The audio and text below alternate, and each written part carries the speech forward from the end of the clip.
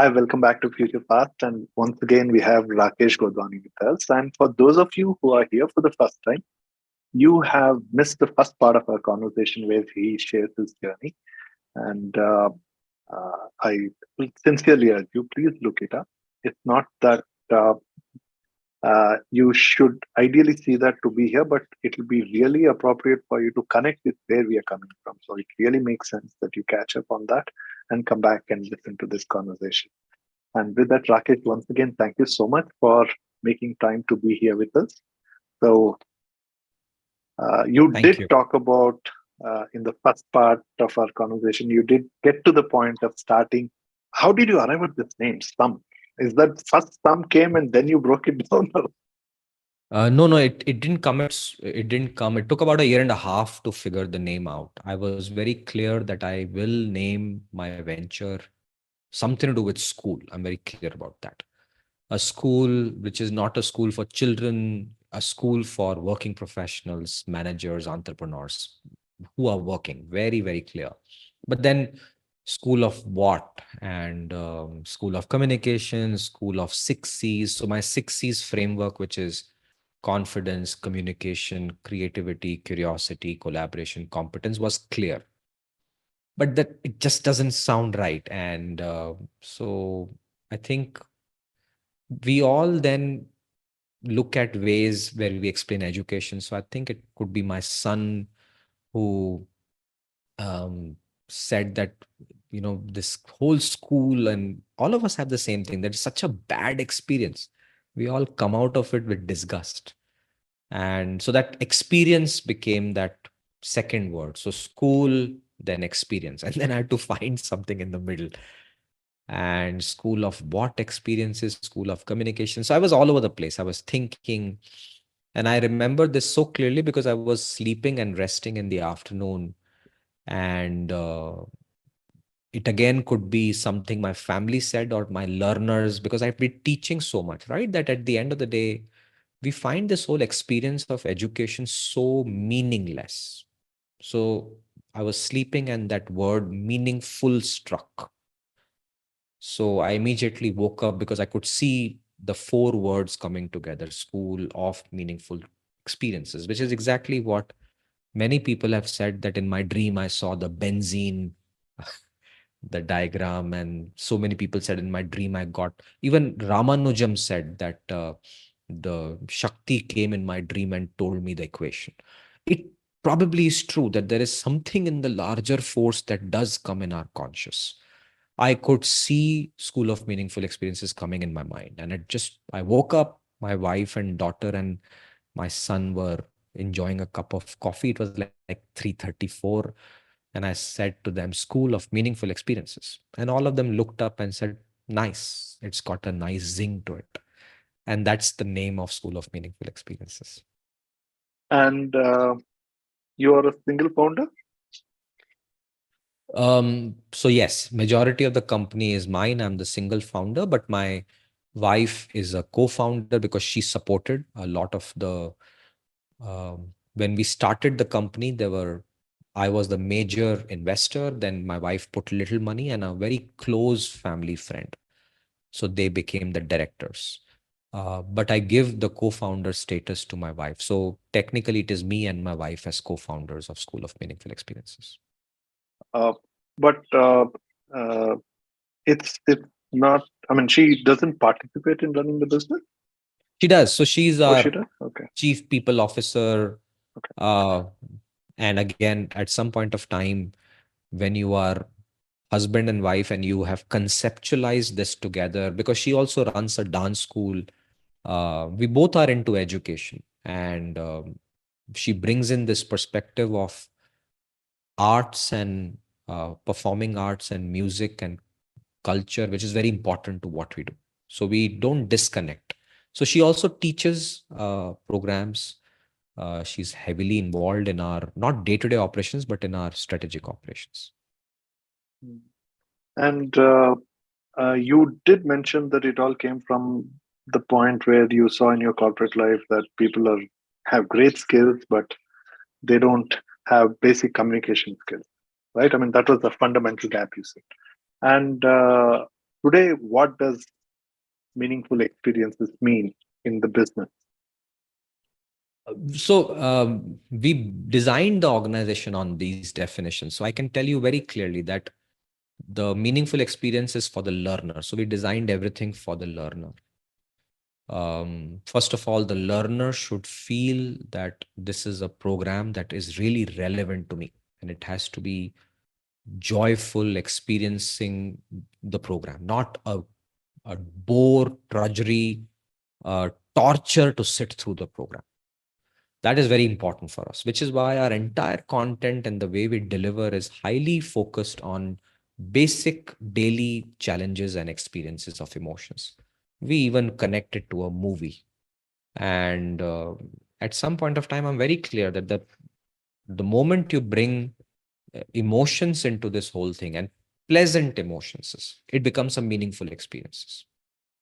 So we train our guides and our content, and everything is designed on that. First is it has to be fun. It has to be relevant. When you create that environment, learning increases multifold. A classroom where people are comfortable, they can have fun and listen, and there is storytelling and all, learning is increases. So that's the first one. The second thing should be that the content should be connected to their day-to-day challenges. Like you're facing a tough boss, you're having a tough client, you have a challenge to resolve and communicate about it. Like sometimes even say no to people. Many of us don't like it. We don't love to say no. We can give a great presentation and beat around the bush, but we just don't say no, I will not do it. So we help them with that how do you make a sentence and practice it. The third thing is diversity of the classroom. This is where many of my corporate buyers don't like it, but I tell them that if you give me 25 similar managers, your learning will be less. You give me different departments, I'll do a better job. But their budgets are different, right? I mean, it's like one business unit which will hire you, so which is fine. But we do open programs, and we see that the learning is miles better than a home. So the third is diversity. In fact, one of my dreams is that ever if I ever have a chance to create a new school for children, my first thing would be I'm going to bucket people not just on ages. So this whole 11 year in one class and 12 year in one class is nonsensical. I'll bucket them. So people in a certain bucket, 2 3 years, you bucket them together. They learn together. And we now know enough evidence that it's better. But unfortunately, these things don't work, which is the same problem in university systems and corporate, that you are a senior leader, junior leader. So we create these systems which is really inefficient. So we bring diversity. So if you have a finance manager, marketing manager, architect who's coding, a simple quality person, a logistics person in the same room, that classroom will be a lot better. And the last is you encourage people to speak up without any reprimand, because many people want to say something and they get reprimanded, even in training programs. So they never speak up. So we create an environment where every idea is a good idea, you nurture it. So these four are the meaningful experiences. Well, how do you communicate it to your prospective customer? I mean, uh, what is the outcome that they expect out of the school of meaningful experiences? Because as good as it sounds, uh, how do you make it meaningful for their business purpose? How do you is there a some kind of a metric that you give them before and after? How does that work? That is a gold question, and I'm glad you asked. So we are selling to business, so there has to be a yardstick for corporate measurement. And we always say that after our programs, the learners will communicate sharper, which should help your business.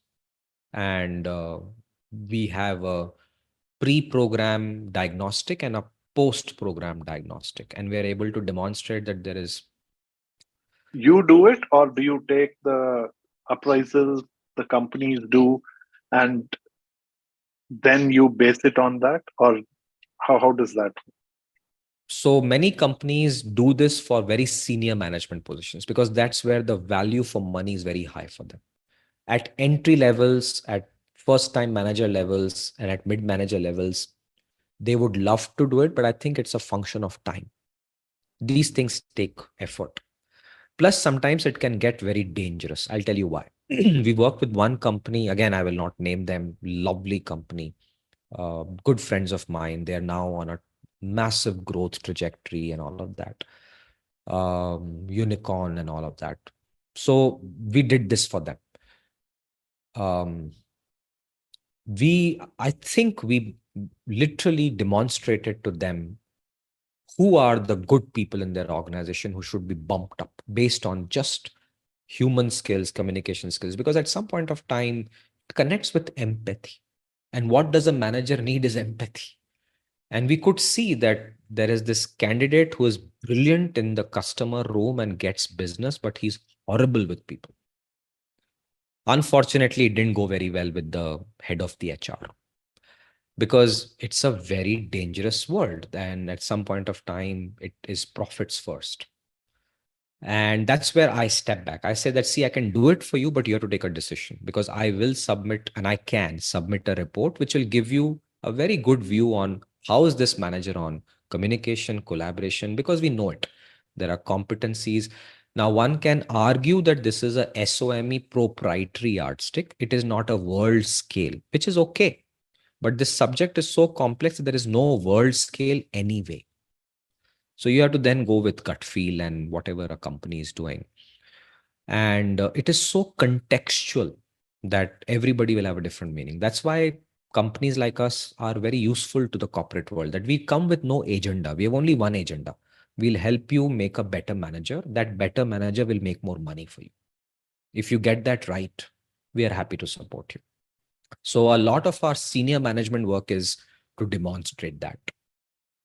The companies don't have time and resources to focus on the young level, which is what we tell them, please do there. Because they are the backbone of your organization. If they improve productivity by 0.1%, you'll make ton of money rather than these big, heavy loaded people. I don't think, because at some point of time, it's very difficult to change them in a few hours. So it's a gradual time. So some companies are extremely open about this. Some companies are, "Ki boss, just give us a 1 day, 2 day training program and walk away." We are happy to do that also. You just mentioned the bad case, right? I mean, if one manager's very, seemingly are coming across as not a good manager, but you're not hired to tell them whether somebody's good or bad, right? No. You're hired to, you know, give them a one up on their skill, which could potentially help the Yeah, organization. yeah, yeah.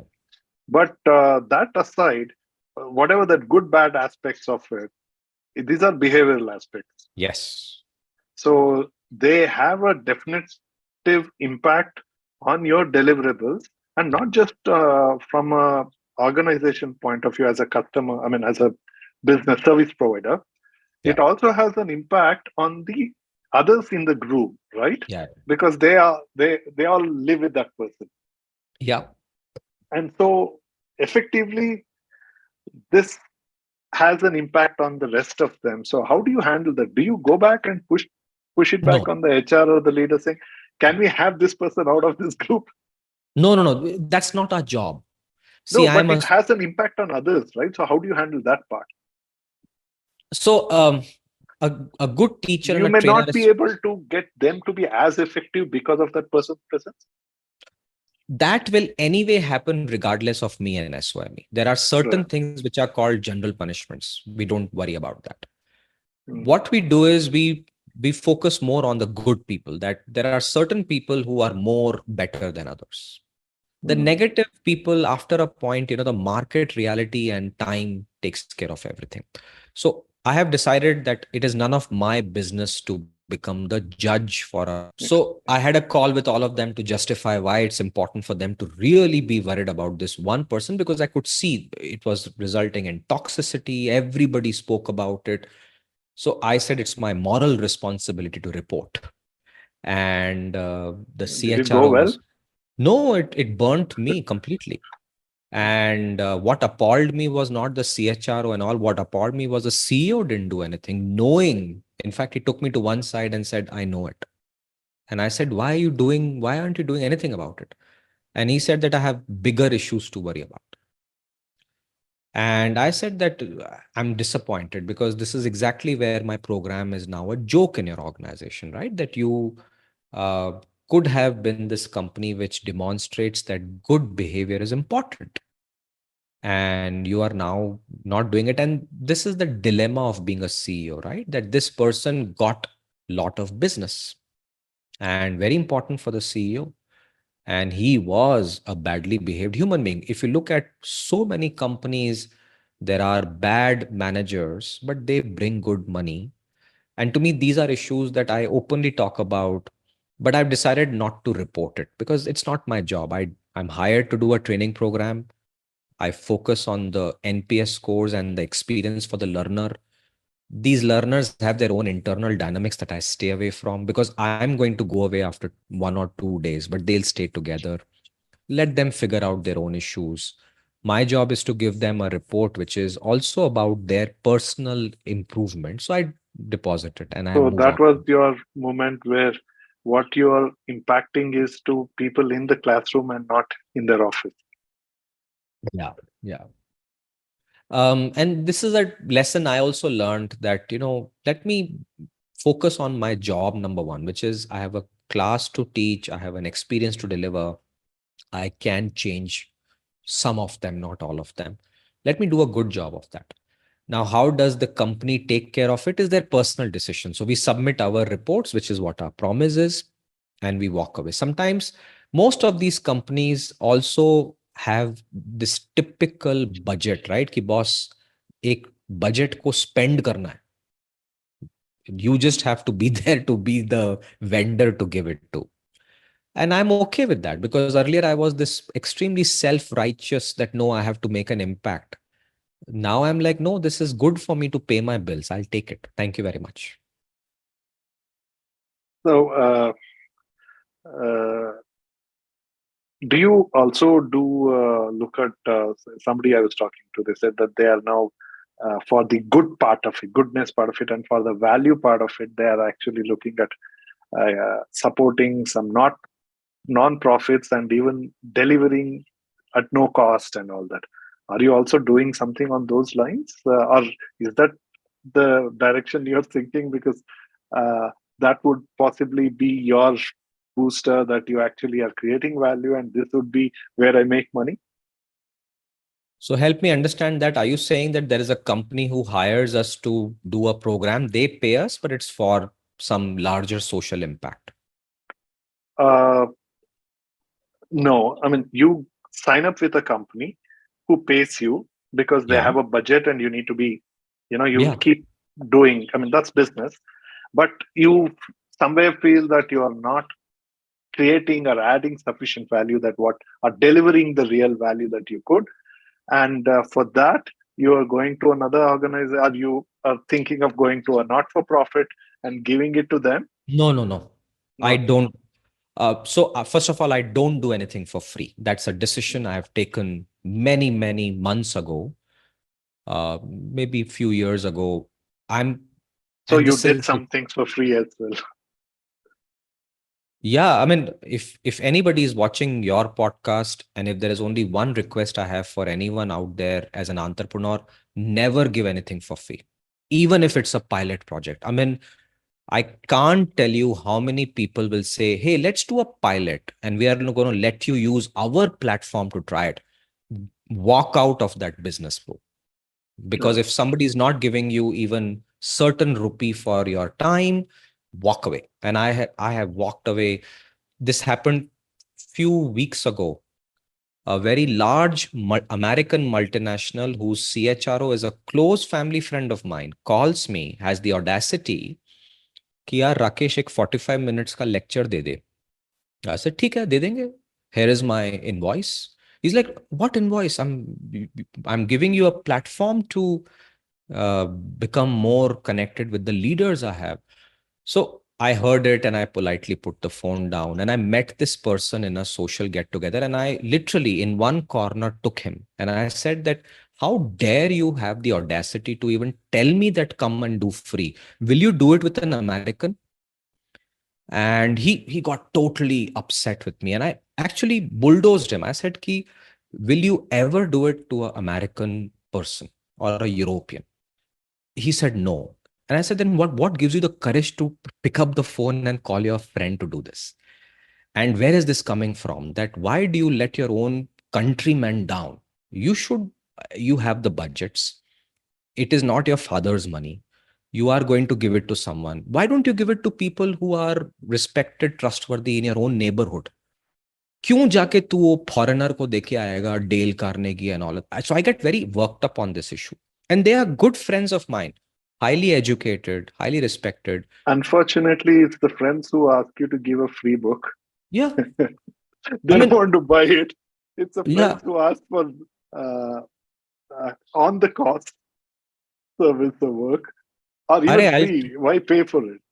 Yeah, and I'll not only that, we have alumni of extremely prestigious institutions coming to our office in Mercedes Benz and asking a question. Education is not for profit, right? I mean, why are you charging so much? This is the level of discussions we have. But now we have become smart. We'll look at them with a So smile and say, education is free. I'm charging for my time. maybe I should learn that from you. But I nowadays have even stopped bothering that. I just smile and say, that's how our cost structures are. And thank you for your time. So I politely walk away because I've realized I'll only burn my emotions. I'll get angry. I just nowadays ignore. See, it's none of my business to judge a person with a Mercedes Benz who wants to know what's my cost structure. So what I have learned is I don't entertain such discussions. I walk out. I said, this is who we are, and move on. But I request everyone as entrepreneurs, nothing should go free. Not even a single rupee should go out. It's your hard-earned money. People should value you for your time. And if they're not valuing you, walk away. So this is your first venture, right? So to speak, as an entrepreneurial venture. Yeah, this is my maiden venture, first venture. So what was the benchmark you had when you? This is the kind I want to build. This is how it should be. I mean, who are you looking at? What kind of companies were you? I mean, you did talk about your business reading, but So yeah, my competitors are Dale Carnegie, Franklin Covey, Korn Ferry, KPMG, Deloitte's, McKinsey's. They all have businesses which is into training. Then there are executive coaching houses, very, very premium. Then there are executive education departments in IIMs, Harvards, ISPs. Then there are boutique learning centers. Like there is one, I forget the name, it's in Colorado, starts with A. Very nice name, one single word. Aspen, ASPEN, the Aspen Institute. oh, it's Uh, quite popular. There are a lot of uh, people in India who are very proudly associated with this. Yeah. yeah. So we're trying to, I hope we survive and create a brand in that league. And that's what we're trying to do. I mean, when you started, which was the thing? This is who I mean, any one name out of that list? No, it was a combination of all these names that I am creating a space for learning for working professionals. So there is no one name. It's a complex business, Hmm. but the business is highly, like today morning, somebody explained it very well that Rakesh, you are in the langar business where you offer only dal roti, but that dal roti is delicious. You're not in the thali business, and which is so I think we are in that.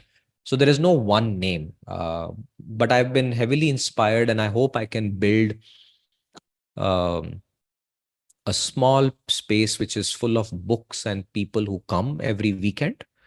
And if they can learn together, that is what I'm trying to build. So the best answer could be um, Any university which has an executive education department. How does your peers and former colleagues in the IMB and other academic institutions who now obviously you in many sense you're a competitor. So Yeah. how is that? I mean, what have you heard directly and indirectly about uh, uh, what you're doing, and how is those conversations motivating you to do things or change things the way you're doing? So is your question that my ex-colleagues and my people I worked with, what do they say about my Yep, work and yep, my... yep. So I get two reactions, and this is a reaction I've gotten. Um, the first is that does this space, is it there? Is there so much money? That's the first kind of a reaction. Because and when I was doing a PhD, many of my professors asked, Ki, in communication, there's a PhD. Is it that important? Because there's PhD in economics, there's PhD in finance, there's PhD in strategy. In India, there's no PhD in business communication anywhere. At best, you'll get a PhD in communication in a journalism school or a university where there is um, that aspect of mass communication and maybe writing and all of that. Business communication, no. So that is a first reaction. The second reaction is I've learned with tremendous amount of hard brutalities in your life that your friends will probably stay your friends. Don't look at them for business connections. I say this with a lot of respect for friendship, that you don't become friendship because business milega. So I have friends in almost every company, the CXOs, VCs. One of them even said, Kia Rakesh, I like you as a friend, but don't get into this business contact stuff with me. And that person had the courage to say this to me. But many of my friends are very sweet, so I'll send them a proposal, no response. Correct. And then I get very upset with them. So I called one or two of them. Kiya, you said send a proposal. I did. Why don't you respond? Then he politely, Kiya, Rakesh, nahi hoga. So, so, so I now don't use friendships for business. I keep it separate. I've learned the art of doing that.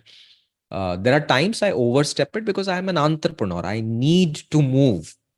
I'm not going to hesitate. So I have done that with few people. In fact, one of them, to I kind of emotionally blackmailed him and said कि यार तू सबके लिए इतना करता है मेरे लिए भी करना. So he Did you get actually, something? yeah, he did. He did. He actually was very sweet and he helped. He said, I never thought like that. So I said, think, I'm there. I'm a hungry entrepreneur. Struggle कर रहा हूँ यार. 15 salary pay करना है. कुछ तो help कर. And he was sweet enough. He connected me to someone. Then that person connected me to someone. So काम नहीं हुआ, but I got the... But unfortunately, most of the friends are the first to advise you that why don't you take up a nice job? You can actually do better there. Why do you have Yeah, to yeah, do this? Right? yeah. They're more free to give you advice, but not as free to help you get business. And this is a societal problem, could be a culture issue where I look at it from, I look at it at inwards. I sometimes ask myself that I expect a lot from my society and my friends and my country, but what have I done for them? That is a much more humbling question for me. कि मैंने क्या तीर उखाड़ लिया किसी के लिए? And why should they help me? Why should they come and support me? I've done nothing. I mean, I look at I've done nothing for my own family. All I've been doing is just being a kid who always wants something. I've never supported anyone. I've never done anything for my own country. So why would the country help me? And to me, that becomes the thought process that human beings are human beings. You have choices to make. If you expect too much from the world, you'll only become bitter. So why have that relationship? Why don't you look at... So I can tell you from my experiences that my majority of my business comes from unknown people uh, who I work with. All my known connections, hardly 5 to 10%. I would even make it 1 or 2%.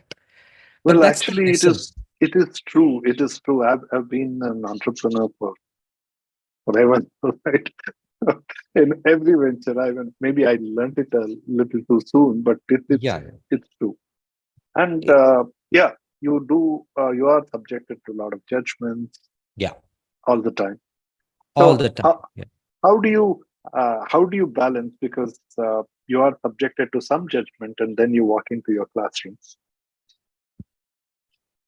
Um, See, this is where I think I learned a lot from my wife and all the performers of the world. When you are watched, everybody will judge you, but you have a job to do. The show must go on. And you take that very, very seriously. You do So your you're best. saying a teacher is like a performing artist? Oh, I must tell you the scandalous dialogue of my classes. And my students will tell you that I say that I'm a item number. And my other professor colleagues who are very close to me, they get scandalized when I say it. And I tell them, I sometimes challenge them that, you know, so there are these two schools of thought, right? Puritans versus the populists. And if you even look at performing arts, there are a lot of people who, this is that Satyajit Ray's philosophy, right? If you watch Satyajit Ray's documentaries, he will make a very strong, in fact, it is there on YouTube or it is there on Amazon Prime. He says the Indian audience is extremely different for the kind of movies he wants to make. And he would connect with the Kurosawas and the uh, Yeah, Keyes. I saw that. I just didn't like it at all. What he said. So that is Satyajit Ray's ideology. So he said, I'm going to make movies for myself and the world will come, and very different. Honestly, I really wish I had seen that way back. By then, I had seen all his work, so I was really upset. But I understand his space very well, that this is who he is. He connects with that thought process. I don't connect with that, but I love his movies. I mean, I've watched three of them, and one of the most uh, highly skilled movie makers of all time, which is why his name is always in that annals of the best movie makers, not the populist movie maker. Will a person pay 1,000 rupees to pay a movie? I'm not so sure. So that's the second thing, populists. So there are a lot of people, like someone like the purist will say, oh, this guy's pandering to the gallery. In fact, in performing arts, there is a term, you pander to the gallery. The gallery is where the cheapest audience is there. And you do things to excite them and they throw money at you, right? So the performing arts world takes deep sense of dissatisfaction and disrespect to the populists. When I teach communication, I make them realize these two words, that please remember, you are in some way a showman. There is no harm in accepting it. The audience connects with you on a certain emotion, and that emotion has no brand, that emotion has no quality. It's a simple emotion that all of us feel, which is excitement. You can't say that this is Harvard excitement or IIM excitement. It is excitement. It comes from basic experiences of life: an ice cream, an intercourse, a movie, a travel, a book, or a classroom. And the question is, do you want to even discuss it? So I always connect leadership to the same lesson, that leadership is a performance. Like right now, I'm performing in front of you. I'm not like this at home.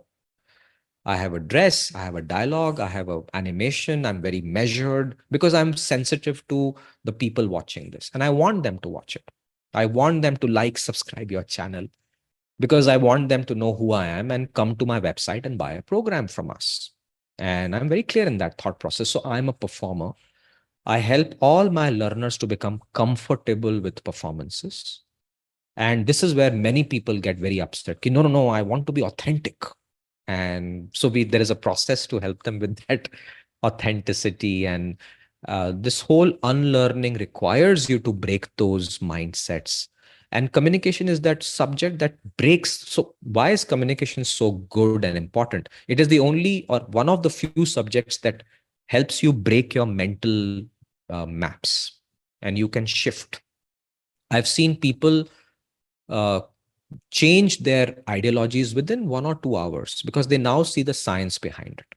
And we human beings demonstrate that. Deep inside, we have the I think somebody asked me that education is going down, AI is there, this. Why are you so excited about education? And I always tell them that the reason I'm excited about education is that we human beings, despite whatever bad we have, demonstrate the potential of changing very fast for the better.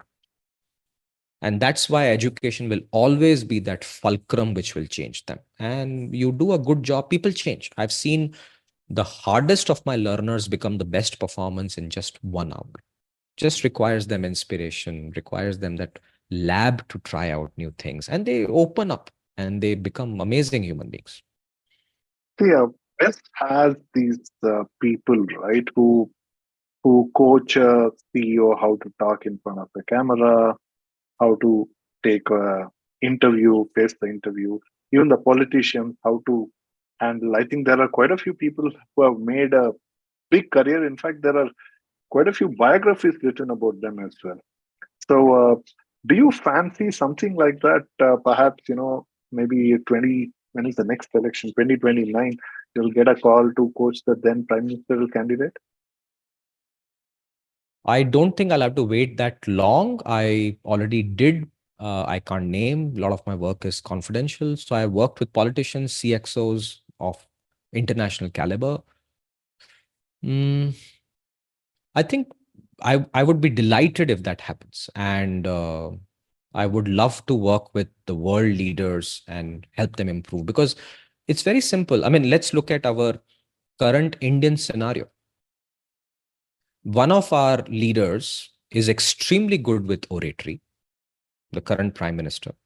The leader of the opposition, I wish somebody guides him. He has a chance.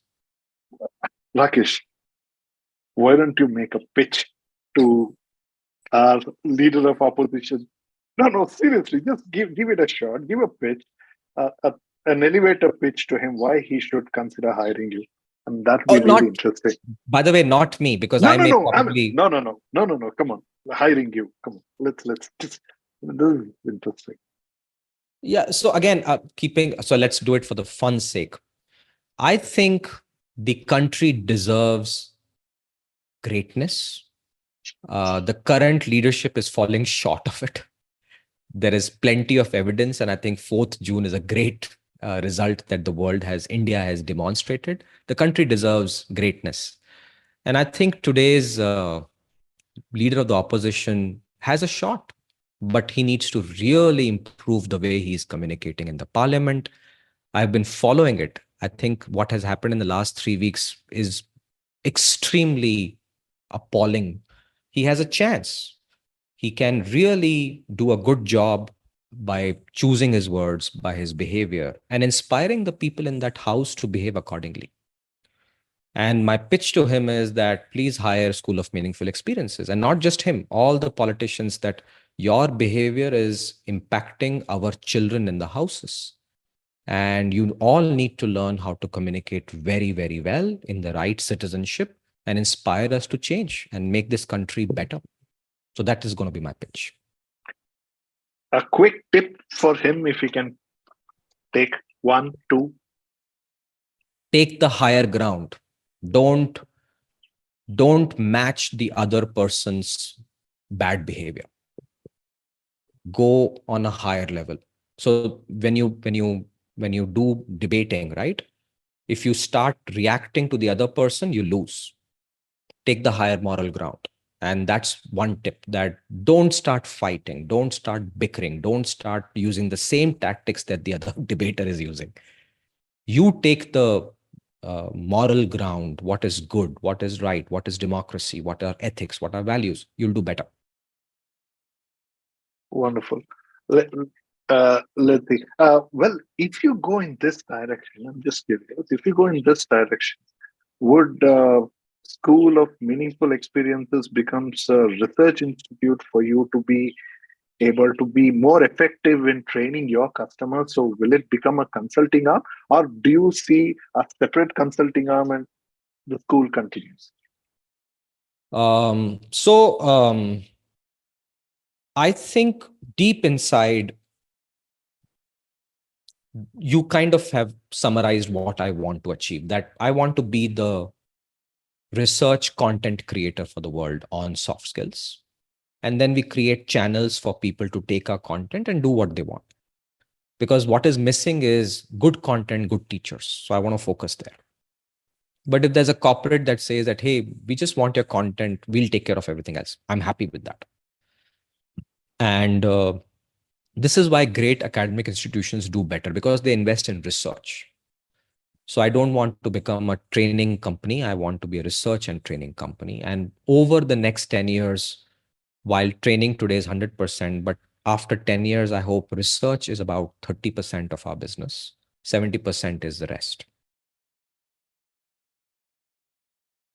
How much of it is consulting? Um, I call training and consulting as one part. That one is a classroom training, the second is coaching, the third is there is a specific need to do something for the company, like they have a specific requirement. So it's about designing that requirement and then training and delivering. So it's all one bucket. And I have stayed away from the word consultancy because I find it a very gray area. I have honestly no great respect for the word consultant. And I say it very openly to my students also that, I mean, why don't you say I'm a salesman? That's better. And what is harm? What is the inferiority complex in saying that I'm a salesman? But I think consultant sounds cooler. Like even training, right? A lot of people don't want to be called trainers. They want to be called consultants. I'm happy with the word training and teaching, and I'm okay with that. Now, you could call it consultancy business. I'm fine with it. But I want to be very clear in my thought processes that it is the same thing. It's the same wine in a new bottle. You may call it with a different package. Well, do you want to give a pitch to people who could consider working for SOME to become one day coaching the next prime minister or the leader of opposition or the CXO of a Fortune 500 company? You are making me work very hard.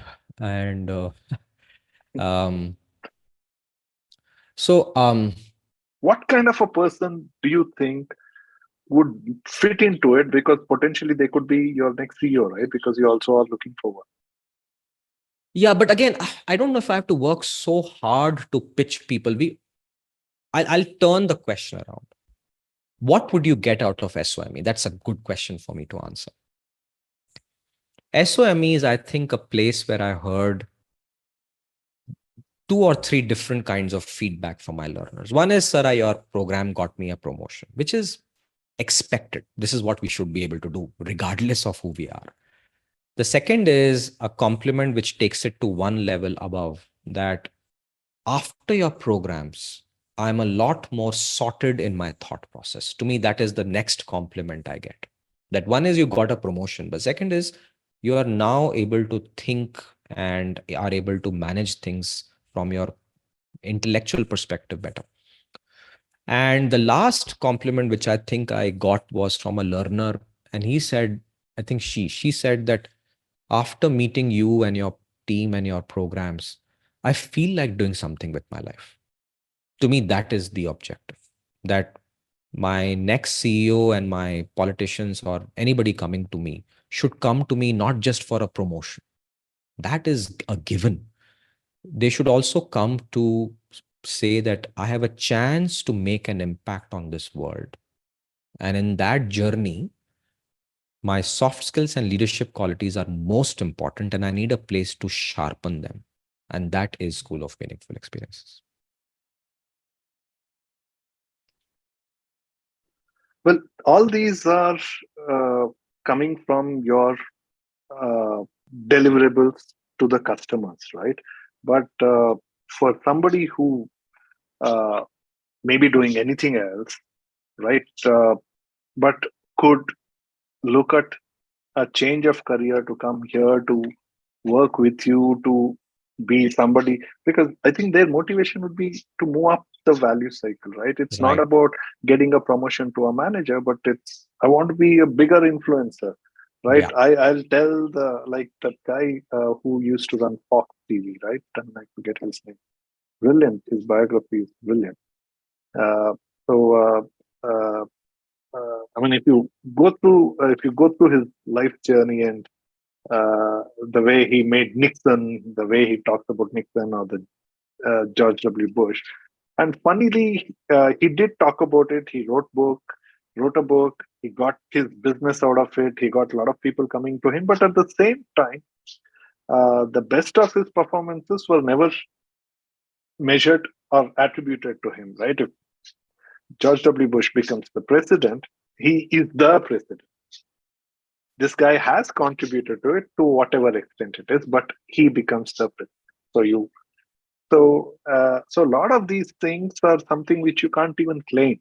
So you need to have a person who wants to be contributing, but whatever you claim is not big enough, right? I mean, you got somebody to be promoted to become the next CEO, but what can you go and talk about it?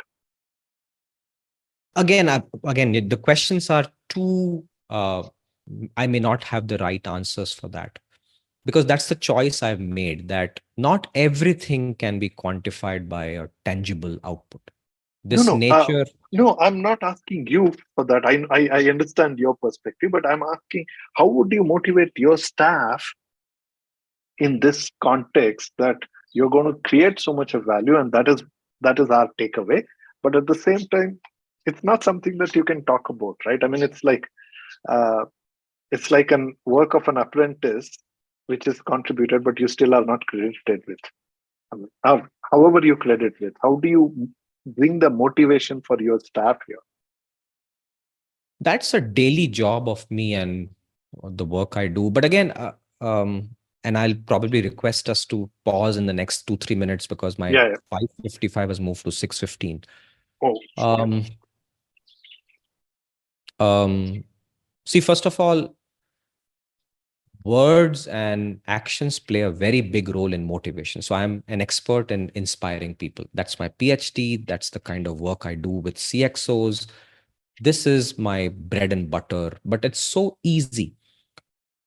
I think your employees want a chance to do something. So good work is what motivates them. If you give them good work, they're okay with that. The second thing is, don't breathe on them, empower them, trust them. And the third is, reward them. At some point of time, reward doesn't mean money and stocks. It's also a simple compliment, well done. And do it with your heart. These three things will take your company to the next level, because it's very simple. If you have a great team, you take care of them, they take care of the customers.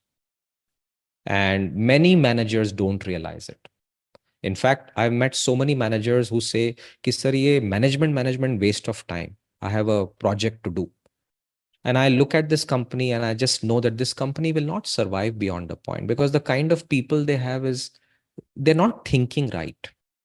So a very big part of my work at SOME is to take communication to a larger than life discussion, which is about life, and tell them that you, at home, you don't behave like that. At home, you say that I'll take care of my family, because if I do that, everything else falls in place.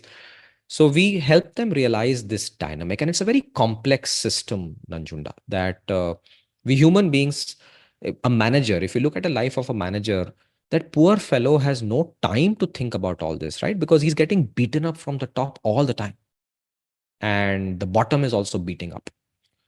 So we create programs where we help them realize that it's not just about your project and results and greatness. It's also about yourself. And if you are sorted, you will be much more motivated. And motivation is never external. So I know so many people come to me and say, कि sir, you start a program on influencer motivational, क्या बिकेगा? I'm like, अगर यही करना था तो फिर why do I open S1 यार? And so there is this fashionable part of communication also. And I now know being an influencer is a great money spinner. But I also know that it's a very finite thing. And after that, it's gone. Something Perhaps else will. it's one of the hats you should wear, right? I mean, technically, you champion your business. So You need to No, also play the role of an influencer. yeah. So More again, from a marketing point of view, right? Not uh, maybe from your perspective it is, but the position that I am and the perspective I see, it it doesn't resonate with me. So remember, you asked me a question, what's my identity? A very big part of it is this, that there are certain things I don't resonate with. So I've decided that I will not go in that. I'll do things which I'm good at, and I can take the company in that direction. And that's a choice I've made. Now, only time will tell if I was right and wrong, because maybe your idea of doing that is the best thing we could have done. And one last thing. So, do you see a role for SOME to be operating in the team sports? Because that's another area where communication plays a very important role, right? In terms of how teams talk to each other, the players talk to each other, the captain, the coach. Because we've seen, in fact, the recent IPL was such a disaster for Mumbai Indians. And I think one probably you did you see that? Okay, did you pick up the phone and try calling anybody from Mumbai Indians, or you thought I should have called someone? So, no, the quick answer is yes. So, we collaborate with sports coaches. So, You my, also my, work with sports. yeah. So, we do that. I mean, we are now everywhere. And mostly it is on me, right? So, I'm everywhere, but I'm also trying to build a business. So, the quick answer to your question is, um, I I see a larger focus of my work relevant in the corporate world, but sports also. I mean, that Mumbai Indians part and that horrible pictures you see on YouTube, and it breaks my heart that what capable human beings and what a disastrous outcome. And I only hold them accountable that, hey, where are your value systems? Do you even think about it? Or has money made you so obnoxiously arrogant that you don't realize what you're doing? And this is a personal thing, right? That's where character, you connect to a very different purposes. So I always go to that level, that this is my job as a teacher. And we have to respect how a human being thinks. And money does mess up with their mind. When there is so much of money betting on something, right? Arrogance will come. In fact, you should see. So I connected to scientific researches. There's a game called Monopoly. There's a TED talk on how when somebody is winning more, they become arrogant with the other people. They start commenting, sarcastic. Same as corporate world and sports, right? When you are so big and you know mere se hi hoga, and arrogance, it's me, one man show. We know it is deserved. Look at Elon Musk and all these tech bros. It's all about them. Their companies are in different shape. I mean, Mark Zuckerberg is one more. And we have so many Indian entrepreneurs that are going through that same stuff. Arrogance, attitude. You can discuss that in classrooms, because in classrooms, we don't take them into social media. And nowadays, social media is becoming this place where everybody is discussing something but meaning something. So when I see a lot of podcasts and when I see VCs and entrepreneurs talking, I know that they are mostly on a pretentious level. Deep inside, the reality is very, very different. So when an entrepreneur is asked, how's your business? Oh, great. We had so many millions of downloads and so many. I know it is wrong. किसको झूठ बोल रहे हो यार तुम? I mean, I am an entrepreneur. I get it. But they do it for a separate purpose. So I decided that my value system is I'll not do it. I'll do what is important. As long as we make money and we are happy with it, that's the yardstick. If our learners are happy with it, that's the yardstick. Nothing more than that. And this is a choice I'm making for the business, and we are hoping that it will work for all of us. I am sure that a lot of audience and listeners think the same. And the links are right below this podcast. You know how to reach him, and the links are there, and also the kind of work that uh, him and his company is doing. And if you think it's useful for you, please give a shout. And also look up, there are also links to some other videos he's actively participated in. So do follow and do share your feedback. And Rakesh, I request you to respond any queries come to this when they reach out, which Sure. he does. So once again, thank you so much, and Rakesh, thank you so much for making time. And we'll get Rakesh soon to get his perspective on the future. I had some part of the conversation from here taken it to that part.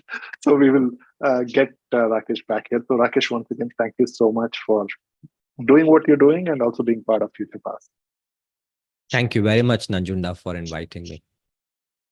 My pleasure.